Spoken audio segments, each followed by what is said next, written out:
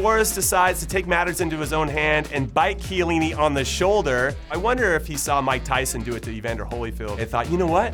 That's a really good idea. What's up, everyone? It's your favorite former U.S. men's national team player, Jimmy Conrad, and I want to talk about the craziest plays in World Cup history right now. Now what happens? He's saying some more. My favorite part about the Zinedine Zidane headbutt is the fact that it even happened. He's one of the most decorated players in the world. So the rumor is that Marco Materazzi, the Italian defender, said something about Zidane's sister. I used to hear things from opposing fans about my mom.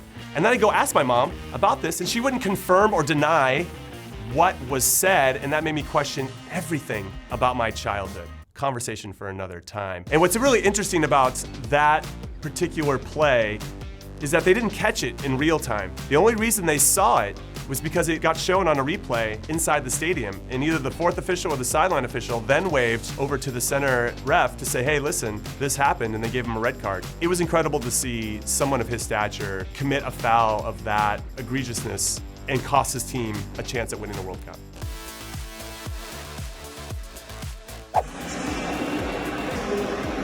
Dear. It looks to me that he's had a little bite at Chiellini. Oh, so you want to talk about Luis Suarez. He's a pretty hungry player, I think is the best way to say it. He has had a career of highs and lows, and one of the most famous lows is his bite on Giorgio Chiellini in the World Cup. I assume there had been some kicking back and forth, and then Suarez decides to take matters into his own hand and bite Chiellini on the shoulder. I wonder if he saw Mike Tyson do it to Evander Holyfield and thought, you know what? That's a really good idea. I'm gonna bite somebody one day when I'm really pissed off. What's crazy though, is that Luis Suarez has a history of biting. The guy is a biter. He eventually went to a sports psychologist to figure out where this was coming from. I'm glad I never played against him, to be honest, because I don't want any bite marks. Graham Paul gave the Croatian Suminic 3 yellows before he sent him off.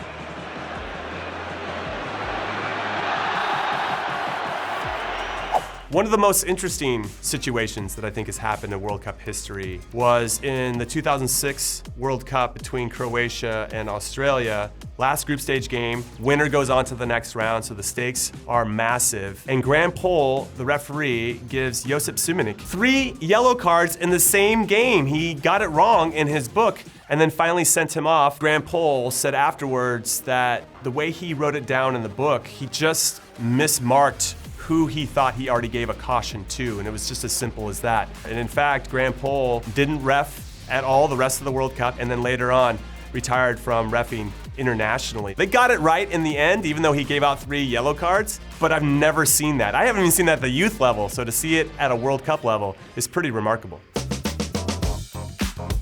Up in the air from Heitinger's header. Xavi's underneath it. Xabi Alonso going in bravely. He's taken one.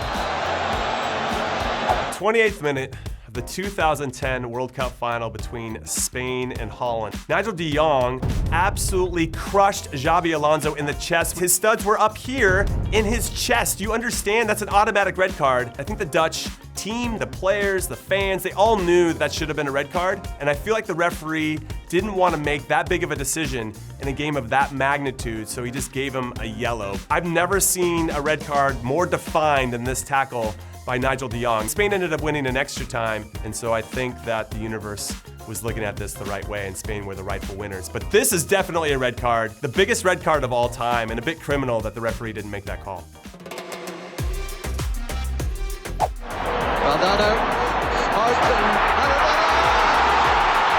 Now let's talk, in my humble opinion, about the most famous play in World Cup history. It's the Hand of God by Diego Maradona. I felt like this was pretty clever. He tried to gain an advantage.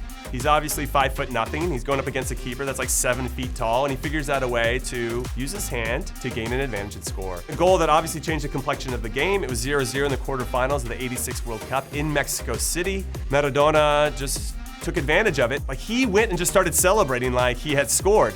And I think that helps sell the whole play. Now, he did go on later in the second half and scored probably the greatest goal in World Cup history. So it's really a tale of two different Diego Maradonas in this particular instance. That led them into the semis, and they eventually won the tournament. I thought they deserved to beat England anyway, but the hand of God definitely helped them get there. This is the time to talk about goal celebrations because there's been some epic ones over the years in the World Cup. One of my favorites, though, was in '94, Bebeto, the Brazilian, who did the Rockabye Baby celebration. I really enjoyed that one. I really appreciate it, though, when the whole team gets involved with the celebration. I remember James Rodriguez in Brazil, knockout round game for Colombia, hits an absolute banger, and he goes and celebrates in the corner with all of his teammates. And so to see that at a World Cup level really speaks to the camaraderie of a group. We're in this together, and if somebody scores, it's really something that all of us could enjoy in a meaningful way. So there you have it. Those are the craziest plays in World Cup history. So let us know in the comments whether you agree or disagree with what I said, and make sure you come back and check all of the Players Breakdown episodes that will be coming in the future. And follow me on social media, please, at Jimmy Conrad on all the social media platforms. And of course, make sure you subscribe to Whistle.